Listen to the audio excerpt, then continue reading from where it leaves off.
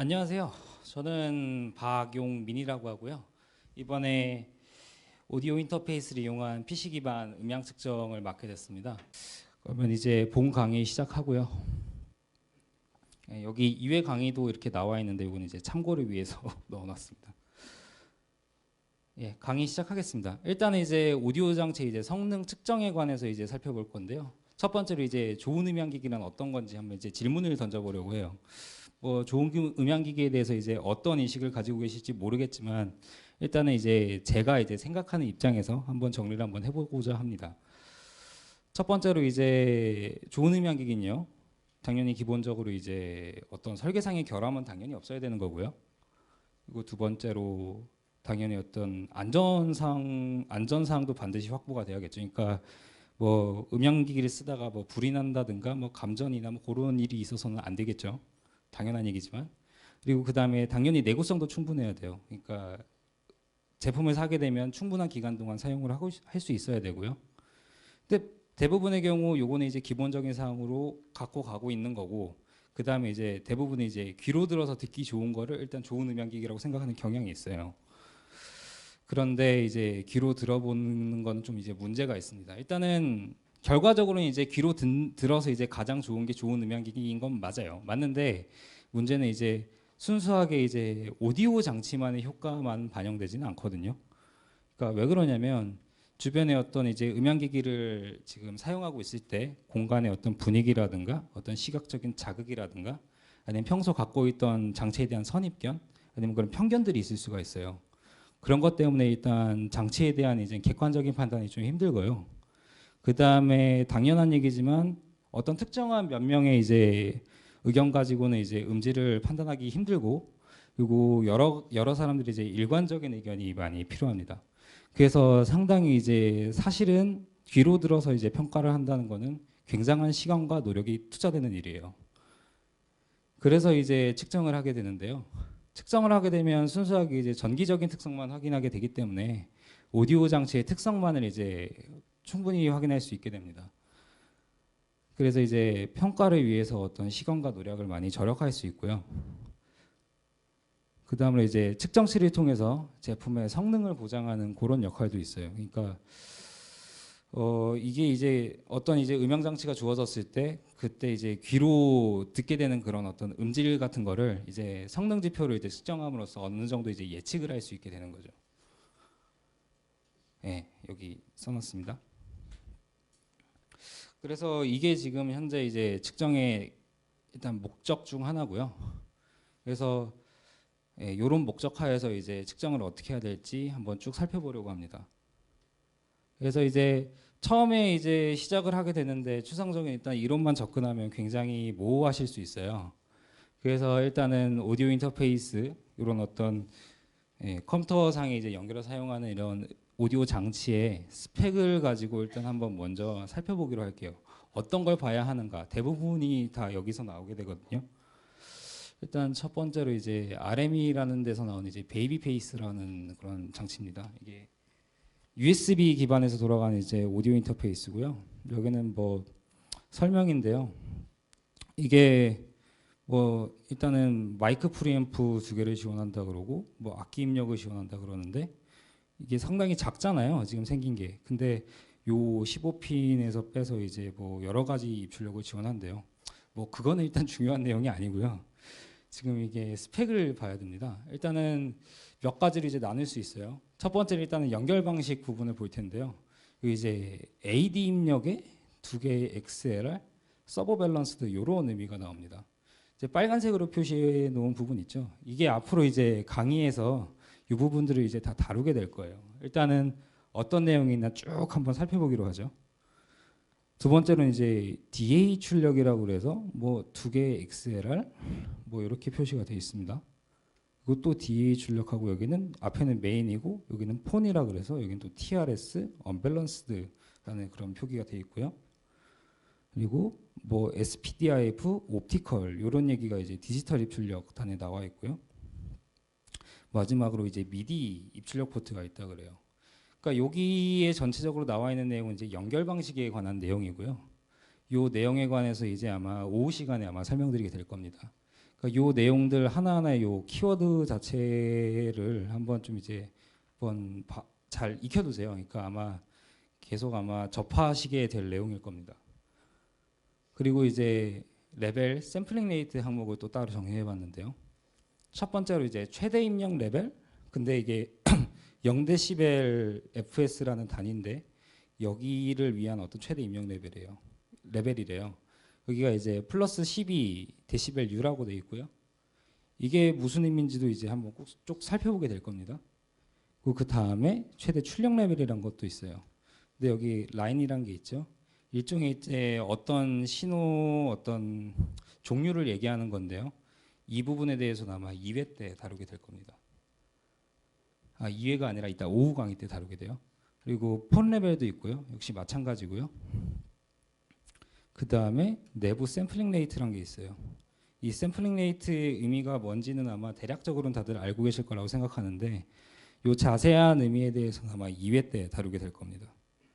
그리고 마지막으로 이제 외부 샘플링 레이트란 것도 있고요. 이건 중요한 내용은 아니고 그 다음에 이제 AD, DA 성능을 다루게 되는데요.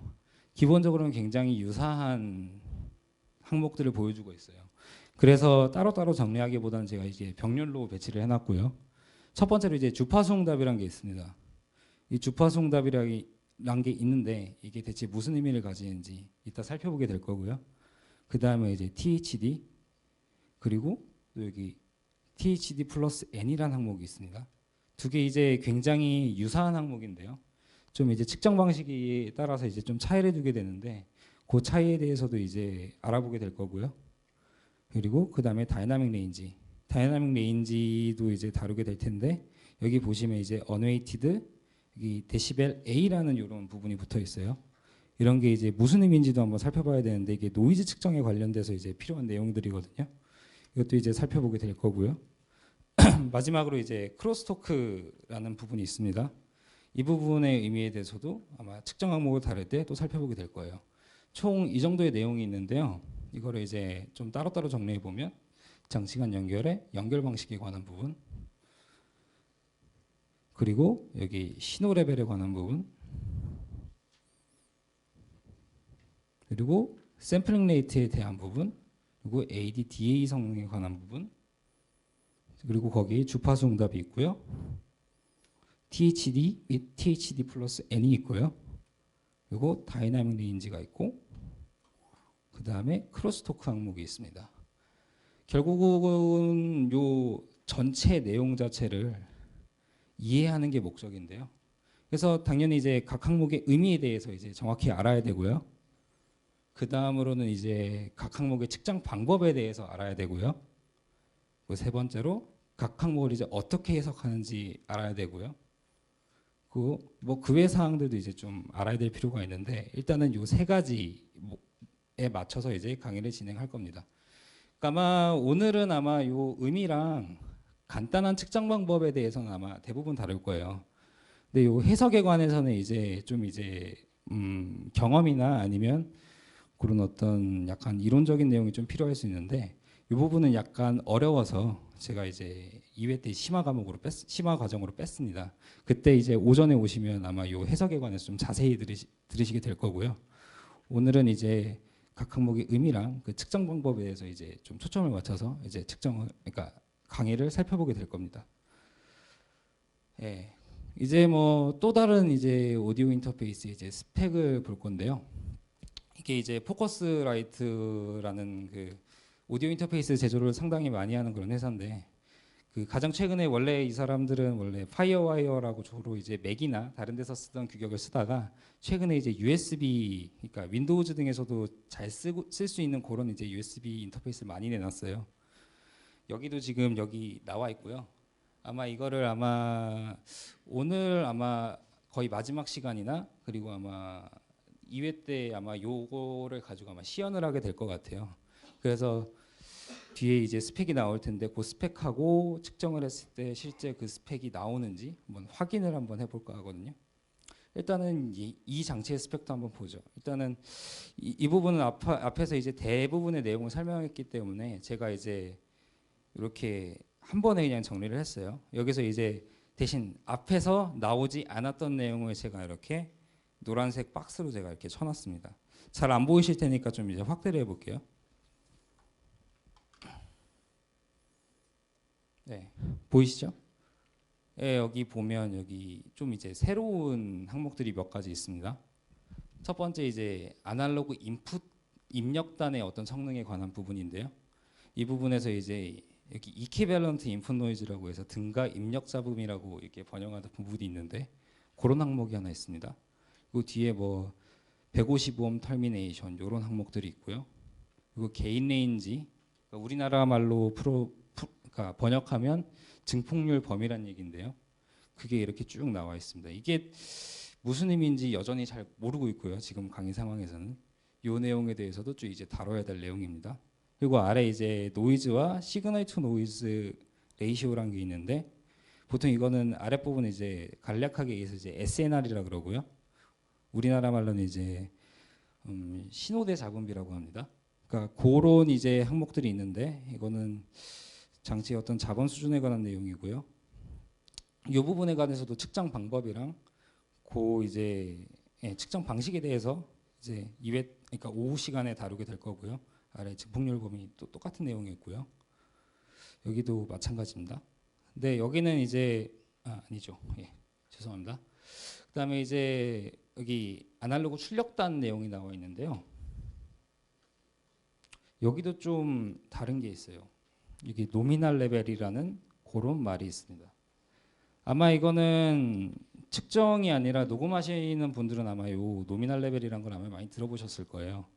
근데 지금 사실은 이게 측정을 위해서는 요걸 이제 설명할 필요는 없는데, 그러니까 근데 이제 오디오 인터페이스를 이제 측정에 이용할 거기 때문에 이 부분에 대해서 설명을 드릴 필요가 있거든요. 이것도 이따 설명드릴 거고요. 뭐 출력 임피던스랑 파워 아웃풋 인투 32옴 이런 개념이 있는데, 요거는 이제 좀 이제 이것도 장치 간의 연결에 관한 부분이에요. 이런 부분도 이제 다룰 텐데 이건 조금 어렵거든요. 내용 자체가. 그래서 이것도 아마 다음 시간에 아마 다룰 겁니다. 그러니까 전체적으로 이제 새로 나온 부분들은 이렇게 정리할 수 있고요. 그래서 이제 새로 나온 부분들만 따로따로 하나씩 보면 이 신호 레벨 여기 증폭률이라는 부분이 있고요. 새로 추가된. 그리고 그 다음에 여기 노미널 레벨이라는 게 하나 더 추가됐습니다. 세 번째로 출력 임피던스라는 게 하나 추가됐고요. 그리고 세 번째로 노이즈인데 사실 아까 살펴본 다이나믹 레인지가 요 노이즈 항목 안에 사실은 포함되어 있는 개념이에요. 그다음에 여기 신호대 잡음비 요 부분이 이제 이 안에 들어가 있고요. 그리고 마지막으로 등가 입력 잡음 여기도 이제 요 노이즈 항목에 포함되어 있는 부분입니다. 그래서 일단은 이렇게 정리를 했는데요. 지금 좀 말이 빠른 것 같죠? 좀 이제 말이 좀 이해되시나요? 지금 제가 무슨 말씀드리는지 아마 아직은 이게 무슨 의미인지 다들 잘 모르니까 그냥 뭔가 이제 지루하게 쭈루룩 이제 열거만 하는 느낌이 드실 수 있는데 앞으로 이제 하나하나 이제 의미를 살펴보게 될 테니까요. 한번 일단은 좀 참고 들어주세요. 그다음에 이제 한 가지 장치를 하나 더 보려고 그럽니다. 이제 이건 링스 스튜디오 테크놀로지 거기 이제 그러니까 스튜디오 장비를 많이 만드는 어떤 회사인데요. 여기서 이제 오로라 8이라는 오디오 인터페이스입니다. 사실 이거 오디오 인터페이스는 아니고 순수하게 이렇게 어떤 아날로그 디지털 신호 자체를 이제 그러니까 변환해주는 컨버터인데요. 이걸 소개한 이유는 이제 오디오 인터페이스는 대부분 이제 레코딩을 위한 용도인데 그거 말고도 이제 좀 다른 형태의 장비에서는 어떤 식으로 스펙을 표기하는지 한번 살펴보려고 다시 또 한번 갖고 왔습니다. 예, 여기도 이제 대부분의 내용은 다 다뤘는데요. 몇 가지 또 못 본 내용들이 있어요. 여기 인풋 임피던스라는 내용이 있고요. 밸런스드, 언밸런스드 그런 구분이 있습니다. 그리고 여기 아웃풋 드라이브란 개념이 있고 여기 24비트란 이런 게 있어요. 이것도 다 이제 장치를 어떻게 연결할 건지 또 이제 이런 컨버터의 어떤 특성에 관해서 이제 나오는 그런 개념들인데 이것도 이제 같이 포함해서 한번 살펴보죠. 그리고 여기는 또 이제 아까보다 좀 자세하게 이제 요 아래 항목들을 이제 표시하고 있어요. 요 뒤에 보면은 어떤 뭔가가 또 이제 이게 다 측정 조건이거든요. 그런 부분들이 달려 있고요. 뒤에 보시면 여기 뭐 트랜스포머 커플드, 싱글 와이어 모드, 듀얼 와이어 모드 이런 개념들도 있는데 요것도 다 이제 장치 연결에 관한 부분이에요. 아까부터 계속 지금 뭔가 장치 연결에 관한 부분들이 굉장히 많이 나오거든요. 실제로 측정을 하시게 되면 성능에 관한 지표들도 굉장히 중요하지만 장치를 어떻게 연결할 것인가, 장치를 연결을 하는 그런 어떤 노하우들 그런 것도 굉장히 되게 중요하게 되기 때문에 아마 이 내용도 이제 되게 심화된 내용이라 아마 이제 2회 때 다루게 될 겁니다. 많이 심화된 내용들은요. 오늘은 일단 간단한 내용들만 다루고. 그래서 총 정리를 해보죠. 총 정리를 하면 이제 연결 방식에 싱글, 듀얼 와이어 모드라는 게 추가가 됐고요. 그리고 세 번째로 이제 입력 임피던스라는 게 하나 더 추가가 됐습니다. 여기 인 아웃풋인데 여기 풋자가 빠졌네요. 좀. 그다음에 여기 샘플링 레이트에 이제 비트 깊이라는 개념이 추가됐는데 이건 이제 디지털 장치에서 이제 필요한 어떤 스펙이거든요. 예. 그리고 네 번째로 뭐 그 외의 항목이 있을 수가 있어요.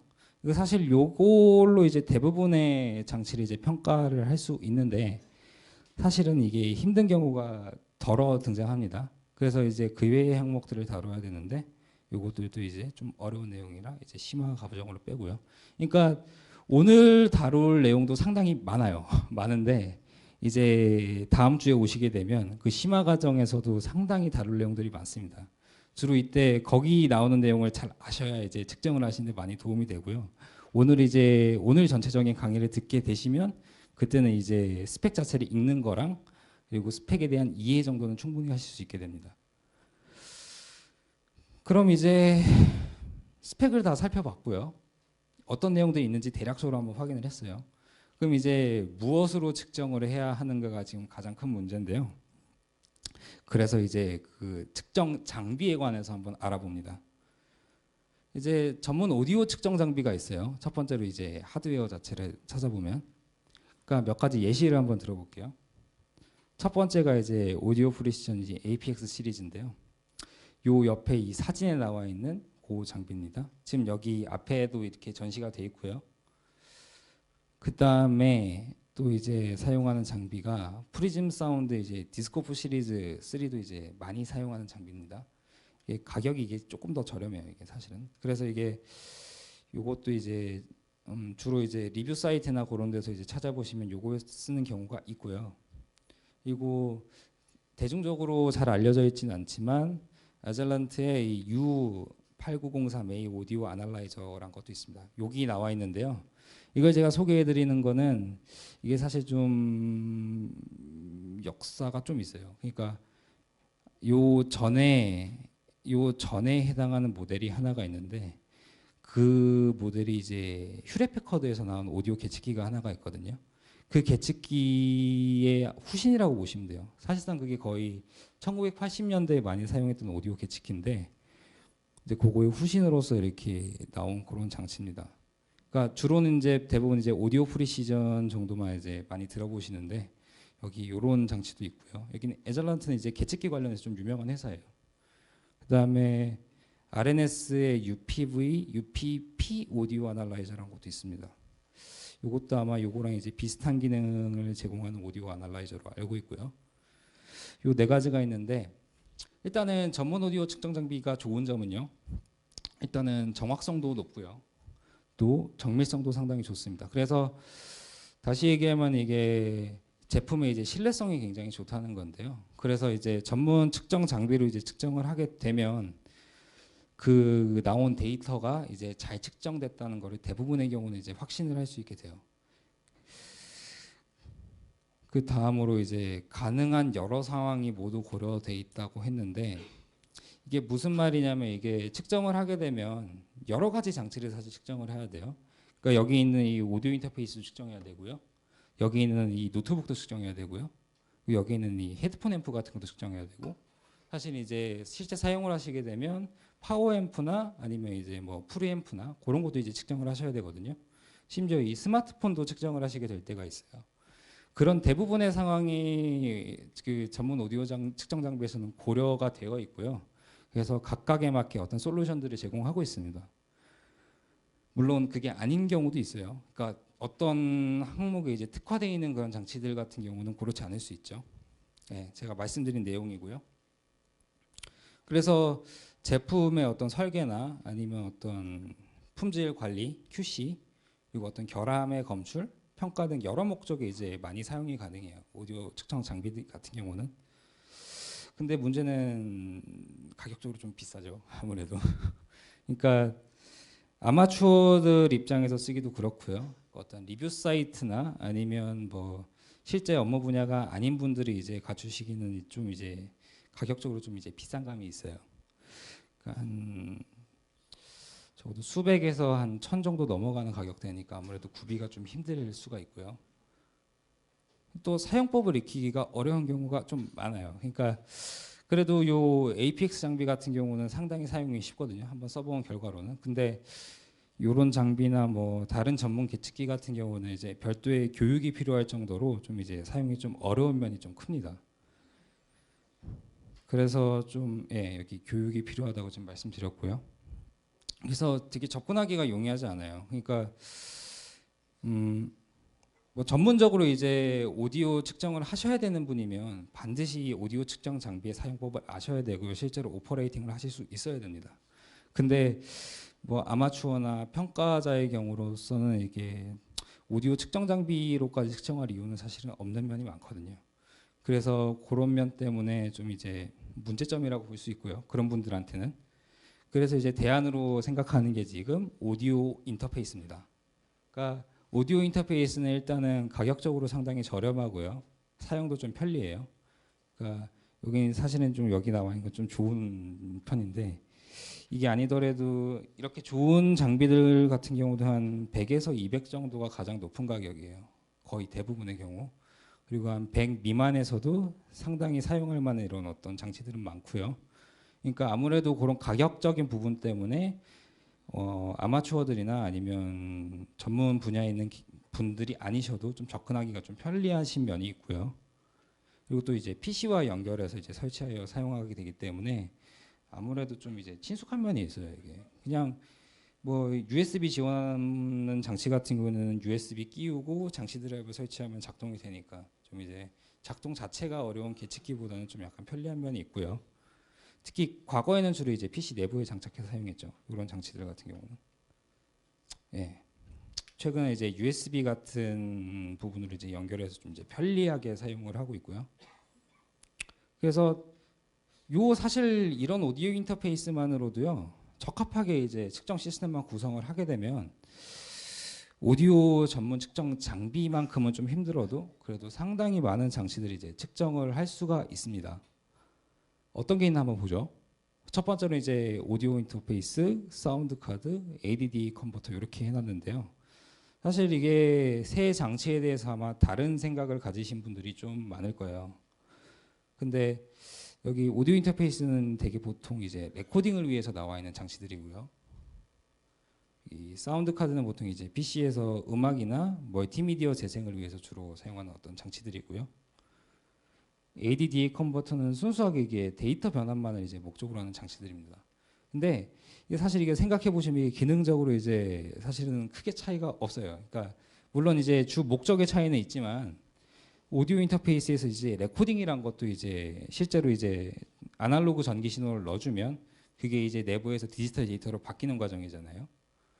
그리고 여기서 이제 음악 및 멀티미디어 재생 자체도 디지털로 이제 저장돼 있는 데이터를 이제 아날로그 전압으로 이제 재생을 하기 때문에 사실은 전부 다 이제 기능적으로는 요 ADDA 컨버터랑 같습니다. 그래서 사실은 이제 측정을 할 때 요 세 가지 장치를 크게 구분할 필요는 없어요. 대신 이제 연결 조건들이 많이 다르고 그 연결 조건에 대해서 이제 좀 이제 주의를 가지지 않으면 좀 이제 측정이 힘들어지는 경우가 좀 생깁니다. 그 다음에 이제 다음 장치, 요 아래 나올 장치는 이제 좀 제한적으로 측정이 가능한 건데요. 측정이 가능하긴 하지만 측정이 굉장히 힘들거나 아니면은 측정을 할 때 고려해야 될 게 굉장히 많은 그런 장치들이거든요. 아마 요 말의 의미는 아마 강의를 들으시고 나면 무슨 말씀인지 좀 더 잘 이해가 되실 거예요. 그러니까 첫 번째는 이제 헤드폰 앰프가 있습니다. 요 앞에 하나 갖다 놨고요. 그 다음으로 이제 포터블 미디어 플레이어나 아니면 뭐 스마트폰 같은 게 있습니다. 사실 이게 측정이 좀 힘든 이유를 아마 오늘 설명드릴 수 있을 것 같은데요. 요것도 아마 관심 가지시는 분들이 굉장히 많을 텐데 사실 이거는 전문 계측기나 오디오 인터페이스나 다 좀 측정이 어려운 면이 있습니다. 사실은 어쨌든 약간 좀 제한적으로 측정이 가능한 부분이고요. 그리고 CD 플레이어나 DVD 플레이어 역시 이게 좀 제한적으로 측정이 가능해요. 사실 이거는 측정 신호를 구비하기도 상당히 좀 힘들어서 좀 그런 부분에서 더 좀 어려움이 있고요. 그다음에 마지막으로 이제 어쿠스틱 측정이 있어요. 그러니까 여기 어쿠스틱 측정이라는 거는 이제 마이크를 가지고 스피커를 측정한다든가 어떤 기준되는 스피커를 가지고 이제 마이크를 측정한다든가 그런 행위인데요. 그러니까 어쿠스틱 측정 같은 경우는 전문 장비 없이도 그냥 일반적인 이제 오디오 인터페이스로도 거의 측정이 가능해요. 근데 요거를 사실은 굉장히 설명을 드리고 싶은데 굉장히 재밌는 부분이고요. 근데 이제 본 강의에서 좀 다루는 거하고는 좀 많은 지식들이 필요해요. 그러니까 소리의 성질이 어떠하고 그리고 소리가 어떻게 이렇게 전기에서 음향 신호로 이렇게 변환이 되고 또 이제 음향 신호끼리 어떻게 이렇게 결합을 하고 그런 이제 내용들이 많이 필요하기 때문에 현재로서는 좀 다루기가 힘듭니다.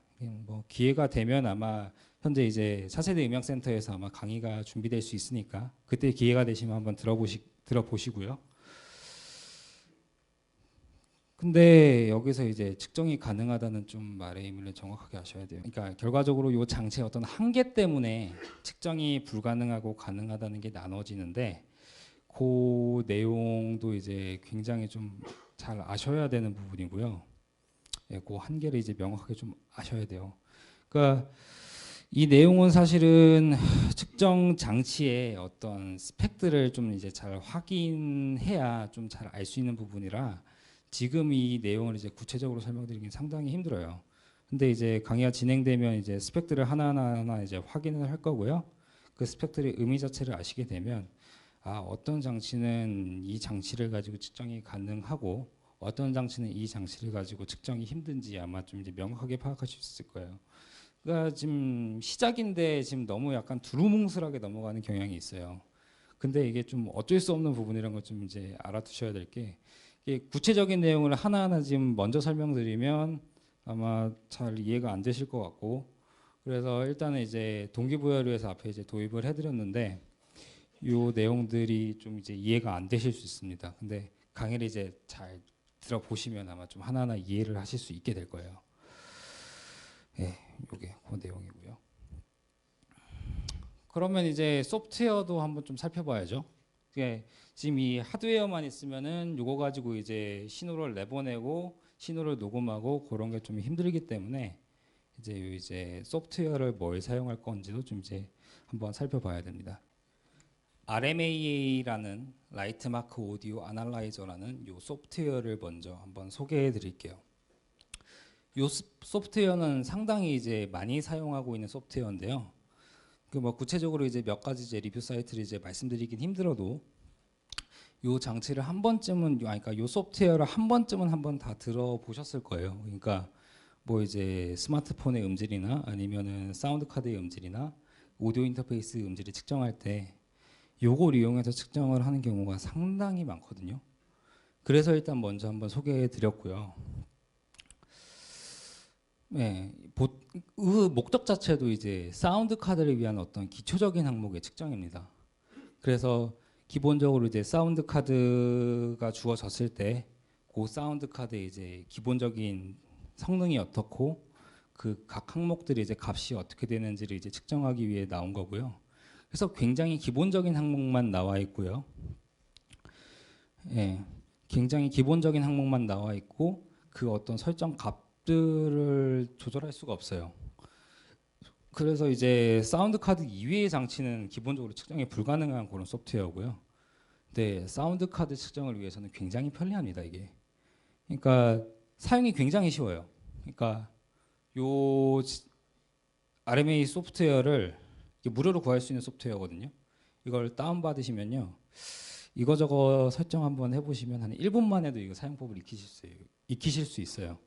그러니까 여기 나와 있는 레코드 플레이 버튼이 있는데 이거 한 번만 딱 눌러주면 모든 게 측정이 다 끝나거든요. 예. 요 체크되어 있는 루틴대로 측정도 자동으로 다 끝나버려요. 그래서 사용법을 익히기가 굉장히 쉽고요. 측정하는 데 걸리는 시간도 굉장히 짧습니다. 그리고 좀 굉장히 좋은 기능이 하나가 있어요.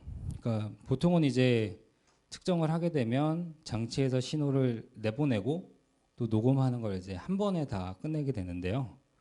요거는 이제 신호 파일을 생성하는 기능이 있습니다. 그러니까 측정을 하고 싶은 어떤 장치가 있을 때 이제 그 장비에 이제 신호로 넣어줘야 될 파일을 따로 얘가 만들어내요. 만들어낸 다음에 요걸 이제 그 장치에 이제 저장시키고요. 그걸 이제 출력시키게 되면 따로 이제 녹음을 할 수가 있어요. 그러니까 요 녹음은 요 툴을 이용해서 할 필요도 없고 다른 어떤 녹음 소프트웨어 같은 걸로 녹음하셔도 되고요. 그런 걸 이제 녹음을 해서 거꾸로 얘가 불러드릴 수 있거든요. 그러면 얘가 알아서 또 분석을 해줍니다. 그래서 측정을 하는 게 좀 더 많이 편리해져요. 그러니까 요 툴만 띄워서 할 필요가 없고 어디서든 녹음이나 뭐 출력이 가능하기 때문에 측정이 좀 더 편리하거든요. 굉장히 그래서 장점이 많아요. 일단은 사용이 쉽다는 게 가장 큰 장점이고 또 이런 부분도 측정을 하다 보면 상당히 이제 유용한 부분이거든요. 근데 좀 요 소프트웨어가 상당히 문제가 많습니다. 그래서 아마 본 강의에서는 거의 다루지 못할 거예요. 어떤 문제가 있냐면요. 일단은 측정 데이터가 신뢰성이 굉장히 떨어져요. 이게 왜 그러냐면요. 이게 기본적으로 어떤 측정 소프트웨어면 각각의 항목에 대해서 우리가 이런 항목을 왜 측정하는지 좀 설명을 해줄 필요가 있고요. 그리고 각 항목에 대해서 그게 어떻게 처리되는지 좀 알려줘야 되거든요. 근데 그런 부분이 이제 매뉴얼이든 뭐 공식 홈페이지는 하나도 설명이 되어 있지 않아요. 예. 그리고요. 이게 버그도 굉장히 많습니다. 이 소프트웨어가. 그러니까 녹음을 하다가 갑자기 소프트웨어가 사버려서요. 그냥 멈춰버리는 경우도 있고요. 갑자기 뭐 하얀색이 돼서 강제로 그냥 꺼지는 경우도 있거든요. 게다가 또 이제 측정 데이터의 재현성 문제도 있는데 이게 무슨 말이냐면 똑같은 장치를 계속 측정을 해요. 똑같은 이제 신호를 계속 분석을 하는데 그때마다 값이 계속 달라집니다. 이게. 그러니까 사실은 측정을 해도 그 데이터가 진짜 지금 제대로 얻어진 데이터인지 좀 확인이 좀 힘들어요. 그런 문제가 있고요. 그리고 아마 많이 보셨을 텐데 요 RMA 같은 경우는 전체적 성능에 대해서 이제 점수를 부여해줘요. 그러니까 요 측정을 한 다음에 요 측정 데이터들이 이렇게 쭉 뜨게 되거든요. 거기는 그 점수가 나와 있지 않아요. 근데 이게 리포트 기능이 있기 때문에 그 리포트를 이제 뽑아내게 되면 이제 점수들이 나타나거든요. 그게 이제 총 5단계입니다. 일단은 푸어, 나쁘다, 에버리지, 평균적이다, 굿, 좋다, 베리 굿, 아주 좋다, 엑설런트, 완벽하다. 뭐 완벽하다고 번역하면 안 될 것 같은데 하여튼 이런 5단계가 있습니다. 근데 한번 이거 데이터 한번 보신 분이면 좀 이게 의문스러운 부분이 하나가 있어요. 대체 이 소프트웨어는 요 5단계를 어떻게 구분하는가? 그러니까 뭔가 이제 등수를 매긴다 그래도 등수를 매기는 기준들이 있잖아요. 그러니까 그 기준들이 필요한데요. 그 기준이 명확치 않습니다. 그러니까 궁금해서 한번 찾아봤는데 정리를 해놓은 어떤 사이트도 없고요. 매뉴얼에도 이 기준이 안 나와 있어요. 아마 이 소프트웨어 만드신 분들이 아마 좀 이제 자기가 원하시는 대로 이제 매기신 것 같은데, 예, 좀 그래서 이게 좀 신뢰가 잘 안 되는 점수고요. 그래서 이게 좀 큰 문제가 뭐냐면 측정 과정에 대해서 잘 모르는 분들이나 데이터를 잘 이해를 못 하시는 분들한테 데이터를 이제 맹목적으로 판단할 좀 가능성을 주게 돼요. 그러니까 옆에 점수가 딱딱딱 떠 있어요. 그러면은 사실은 측정을 잘 하는 분들이라도 평가를 하는 입장에서 옆에 점수 보고 그냥 평가하고 싶거든요. 사실은 굉장히 이제 귀찮을 때가 많아요. 사실 평가를 하다 보면. 그리고 뭐 이제 요 옆에 보면 이제 레벨 캘리브레이션이라고 하는데요. 측정을 하게 되면 이제 측정할 때 이제 신호 수준을 딱 맞춰줘야 되기 때문에 그 레벨을 맞춰야 돼요. 근데 요 부분도 좀 되게 미약합니다. 이게 왜 그런지는 막 강의를 잘 들으시면요. 요게 이제 왜 무의미한지 한번 생각을 해보실 수 있어요. 그게 아마 요 오전 강의를 다 끝내고 한번 생각해 보실 수 있을 거거든요. 한번 생각해 보세요. 이거는 그러니까 사실은 이게 너무 당연할 정도로 이게 레벨 캘리브레이션을 이렇게 하면 안 되는데 이 장치는 그렇게 하고 있어요. 예. 요거는 소프트웨어 자체에 좀 이제 측정 소프트웨어 자체로 좀 이제 결격 사유가 되고요. 그래서 이게 그 리포트입니다. 문제 리포트인데요. 이 베리 굿, 베리 굿, 엑설런트, 베리 굿, 굿, 엑설런트, 엑설런트, 엑설런트 이런 식으로 이제 총 항목에 대해서 이렇게 딱 떠요. 근데 보시면 여기 주파수 응답이라는 게 있는데 40Hz에서 15kHz까지 판단을 하는 건데요. 그러니까 보통은 이게 총 가청대역인 20Hz랑 20kHz랑 그 값 사이에서 많이 판단을 하게 돼 있어요. 왜 이 값을 이렇게 정했는지 몰라요. 이거 왜 이렇게 만들었는지 몰라요. 그리고 여기 쭉 측정 항목들이 있는데 요 사실은 나중에 이제 그 강의 중에 듣게 되시겠지만 요 노이즈 레벨이 사실 노이즈 레벨이 아니고요. 아까 말씀드린 이제 SNR이란 개념으로 봐야 되는데 그렇게 따지면 사실 요 두 값이 되게 비슷해야 되거든요. 또 달라요. 사실은 요러면 안 되는 부분들이 있고 그리고 뭐 여러 가지 항목들이 있는데 이렇게 다 이제 항목들이 나와서 이게 제너럴 퍼포먼스도 제공하거든요. 전체적으로 이제 제품이 어떤 성능을 가지는지 나타내 주는데 이게 베리굿이라고 나왔어요. 이 합산이 대체 이게 어떻게 되는 건가요? 분명히 이게 이 부분에 이제 점수 몇 퍼센트, 몇 퍼센트, 몇 퍼센트 그런 식으로 이제 넘어갈 텐데 그런 부분도 이제 설명을 찾아볼 수가 없어요. 예. 그래서 이 데이터 자체가 사실은 거의 무의미하고요. 그래서 요 RMA로 이제 측정을 하는 거는 굉장히 좀 바람직하지 않습니다, 실제로. 근데 이제 간단하기 때문에 많이 사용하고요. 그러니까 좀 이제 간단한 판단, 어떤 제품에 대한 어떤 단순한 판단을 위해서는 좀 유용할 수는 있어요. 근데 좀 본격적인 측정을 위해서는 상당히 이제 부적합한 면들이 많습니다. 그 다음에 그래서 이제 요 ARTA라는 소프트웨어를 이제 소개해 드릴 텐데요. 아마 요거를 이제 주로 이제 사용을 하게 될 거예요. 아마 안내 메일 받으신 분들이라면 아마 요 소프트웨어를 설치하라고 아마 안내 메일을 받으셨을 거예요. 그러니까 요 소프트웨어는 이제 요 ARTA Labs HR이라는 요 홈페이지에 가면요. 다운로드 실제로 받으실 수 있고요. 그리고 다운로드를 하시면 데모 버전이 다운로드 되는데 사용에 아무런 제약이 없어요. 단 이제 특정 데이터를 저장하고 불러오는 그런 기능만 좀 빠져 있습니다. 실제로 써보시는 데는 아무런 지장이 없고요. 그래서 아마 실제로 아마 같이 좀 데모를 한번 해보실 수 있을 거예요. 일단은 이게 몇몇 사이트에서는 기본적으로 이제 어쿠스틱 측정용으로 사용합니다. 이게 보통 이게 기본적으로 이게 의도한 바는 원래 이제 스피커를 측정하고 스피커를 만드시는 분들한테 좀 이제 유용하게 사용되는 그런 툴로 볼 수 있거든요. 근데 굉장히 좀 이제 다양한 기능들이 많고요. 특히 요 스펙트럼 아날라이저 요 부분에 굉장히 여러 가지 기능들이 많이 담겨 있습니다. 그래서 그런 부분 때문에 이제 다양하고 일반적인 오디오 측정이 가능하고요. 그러니까 우리가 원하는 대부분의 측정들을 요 스펙트럼 아날라이저에서 모두 수행할 수 있어요. 그리고 일단은 요 세 가지 소프트웨어로 이제 구성되어 있고요. 각각은 이제 좀 이제 다른 기능들을 제공하고 있는데 그거는 아마 주로는 요 ARTA라는 소프트웨어랑 요 스텝스라는 요 소프트웨어 두 가지만 사용하게 될 거예요. 요거는 이제 어떤 임피던스 측정 프로그램인데요. 이건 이제 임피던스 개념을 설명드리고 나서 한번 보기로 하고요. 그리고 이제 매뉴얼이 상당히 충실하게 작성이 되어 있습니다. 그래서 요 어떤 항목을 측정을 하게 되면요, 그 측정 항목이 어떻게 측정되는지, 그리고 어떻게 측정을 하는지, 그리고 그 측정 데이터가 어떻게 계산이 되는지 그런 모든 내용들이 다 들어있어요, 매뉴얼에. 그래서 요 ARTA라는 소프트웨어의 이제 매뉴얼만 잘 이해하셔도요, 오디오 측정에 관해서는 이제 상당히 많은 내용을 알 수 있게 됩니다. 예. 그러니까 이 만드신 분이 이제 오디오 측정 관련해서 어떤 그 동부 쪽에 그 교수님으로 계시더라고요. 그래서 그분이 이제 소프트웨어를 제작해서 이제 판매를 하는 건데요.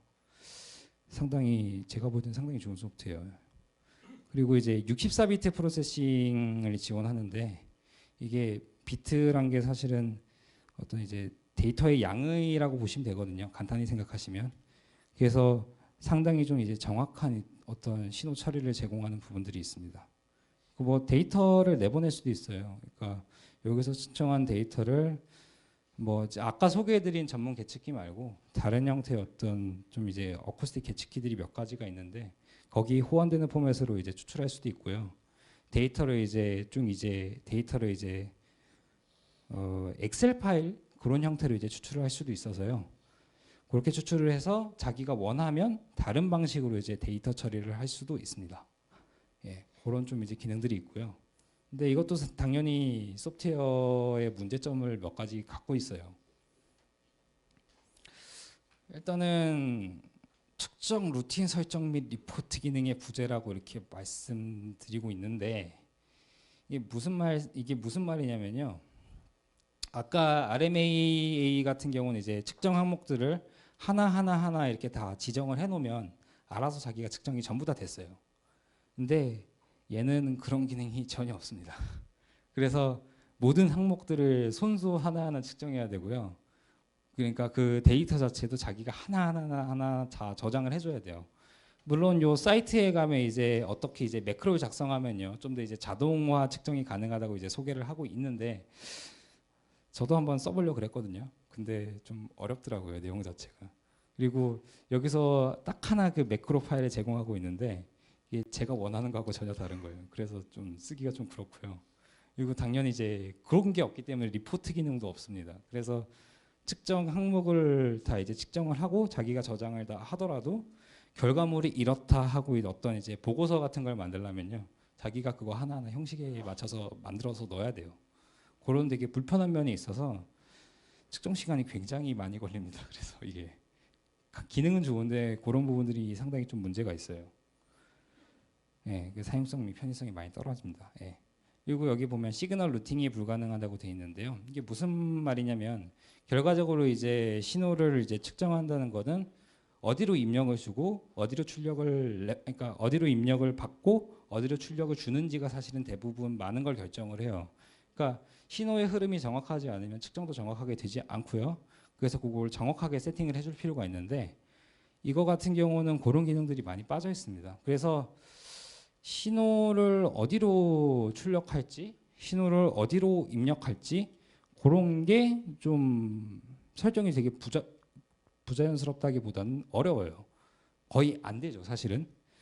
그래서 사실은 그게 왜 그러냐면요. 이게 기본적으로는 이게 어쿠스틱 측정을 위한 거기 때문에 사실은 출력을 내보내서 파워앰프에 넣고 파워앰프를 스피커에 보내서 스피커에서 이제 마이크로 이제 신호를 받아서 입력으로 넣어주는 그런 한 가지 방식만 있으면 되거든요.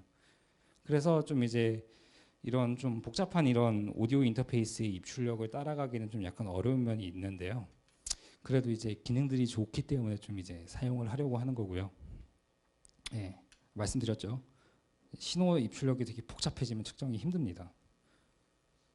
그리고 신호 레벨이나 단위 설정이 좀 자유롭지 않은데 계측기의 좋은 점 중 하나예요. 그러니까 내가 이제 신호 레벨을 딱 정해주면 그게 이제 신호를 다양하게 변환을 해줄 수가 있어요. 내가 보고 싶은 값으로.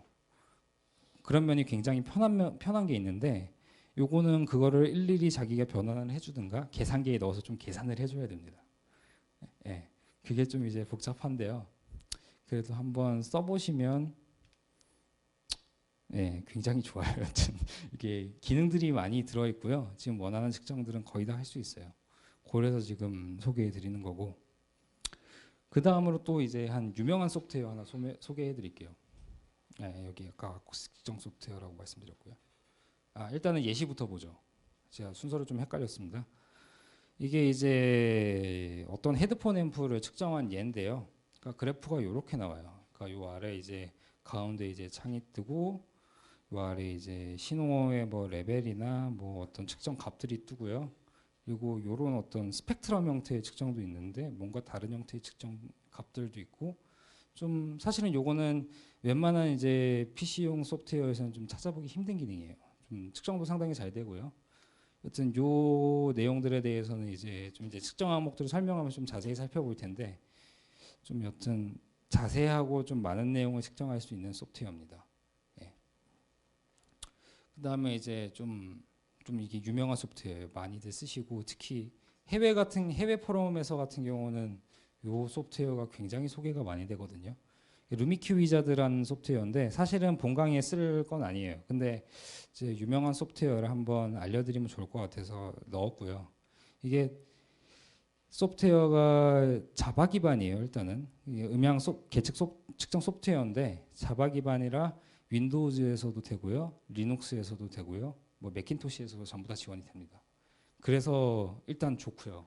그러니까 아까 소개해드린 소프트웨어는 죄다 윈도우즈에서만 돌아가는 거예요. 매킨토시에서 돌아가는 소프트웨어도 없진 않지만 사실은 좀 드물거든요. 근데 요거는 이제 매킨토시뿐 아니라 이제 리눅스까지도 쓸 수 있는 그런 소프트웨어입니다. 대신 좀 느려요. 이게 자바 기반이라. 기본적으로 이제 룸 어쿠스틱 측정용으로 이제 개발된 건데요. 그러니까 뭐 이제 룸 내에서 스피커를 틀어놓고요. 그 스피커를 틀어놨을 때 공간상에서 이제 소리가 어떻게 나올 건지 그걸 먼저 측정하기 위해서 일단 나온 소프트웨어입니다. 그래서 일단 본강의하고 맞지 않는 거고요. 근데 이게 신호 처리 기능이 굉장히 좋아요. 그러니까 측정한 데이터가 있으면 측정한 데이터를 이제 자기가 원하는 대로 가공을 해야 돼요. 그러니까 측정된 그 로 데이터라 그러는데 그 데이터 자체는 사실은 굉장히 보기 힘든 그냥 데이터일 뿐이거든요. 그래서 자기가 보기 쉽도록 그걸 많이 가공을 해줘야 됩니다. 그래서 그런 부분들이 상당히 강력하게 많이 갖춰져 있고요. 특히 뭐 스튜디오나 아니면은 홈오디오를 하시는 분들은 이 자동 EQ 필터 생성 기능이 상당히 유용하실 수가 있어요. 그러니까 사실은 이제 룸 내에 이제 스피커 응답을 측정하게 되면 그게 굉장히 좀 희한하게 나오거든요. 그러니까 보통 이제 주파수 응답이라고 하면은 대부분의 경우 상당히 매끄럽게 나오는데 그거가 굉장히 좀 이제 많이 출렁대면서 굉장히 공간의 영향 때문에 그런 식의 현상이 생깁니다. 그래서 그거를 이제 어떤 기준 곡선 타겟이라 그러는데요. 그런 곡선을 잡아놓고 거기에 이제 맞춰주는 그런 자동 EQ 필터 생성 기능이 있어요. 그게 상당히 이제 편한 부분 중 하나죠. 그러니까 사실은 그거 루미큐뿐 아니라 이제 헤드폰이나 아니면 뭐 다른 장치들에서도 이제 좀 사용이 좋아요. 그러니까 헤드폰을 내가 원하는 소리대로 듣고 싶은데 그 소리대로 듣는 어떤 EQ를 찾기가 힘들다. 그럼 뭐 요 주파수 응답 어떻게 측정하고, 그러니까 요 특성을 어떻게 측정하고 그 특성 값을 가지고 뭐 어떤 타겟에 맞춰주면 요게 이제 자동으로 만들어주는 그런 기능이 있어요. 저도 써봤는데 좀 상당히 편리하더라고요. 그래서 뭐 파라미터를 추출해서 뭐 각종 EQ 장치에 쓸 수 있는데 뭐 일반적인 PC상 소프트웨어도 쓸 수 있고요. 전문적인 어떤 오디오 장비 중에 EQ 장비들이 있거든요. 거기도 이제 장비에 맞게 파라미터들을 이제 추출해줘서요. 거기에 바로 적용해서 사용할 수 있게 합니다. 예, 그런 편리한 점이 있는 소프트웨어예요. 근데 말씀드렸듯이 이제 룸 어쿠스틱 측정용으로 개발됐기 때문에 좀 본강에 좀 부적합합니다. 아마 요거는 이제 근데 보니까 지금 스피커나 아니면 이어폰 헤드폰 쪽에 이제 관심 가지신 분들이 많을 텐데 그분들께서는 아마 요 소프트웨어를 잘 기억해 놓으셨다가 한번 써보시면 좀 좋으실 수도 있어요. 예, 그래서 일단 소개해 드리는 거고요. 다음 소프트웨어 한번 보죠. 뭐 그리고 이제 여기 아마 전문적으로 이제 일하시는 분들은 많이 알고 계실 매틀랩입니다.